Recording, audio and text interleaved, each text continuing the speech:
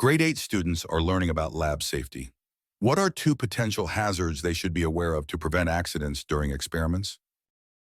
Lab safety is super important for any budding scientist. Let's go over some common lab accidents that your integrated science teacher might have mentioned. Remember, you only need to name two to get those 2 marks. Burns. These can happen from touching hot equipment like Bunsen burners or heated glassware. Always use caution and appropriate safety gear when working with heat. Cuts. Broken glass is a common hazard in the lab. Be careful when handling glassware. And if something breaks, let your teacher know right away. Never try to clean it up yourself. Chemical spills. Spilling chemicals on your skin or in your eyes can be dangerous. Always wear safety goggles and gloves when handling chemicals, and follow your teacher's instructions carefully. Fire. Some chemicals are flammable, so it's important to keep them away from open flames. If a fire does start, know where the fire extinguisher is and how to use it. Poisoning.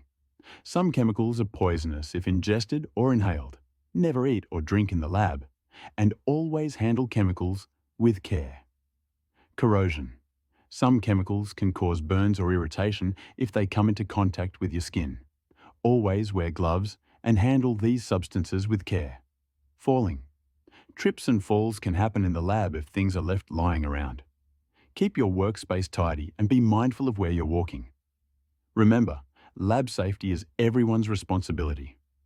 By being aware of potential hazards and following safety guidelines, you can help prevent accidents and ensure a safe and fun learning environment for everyone.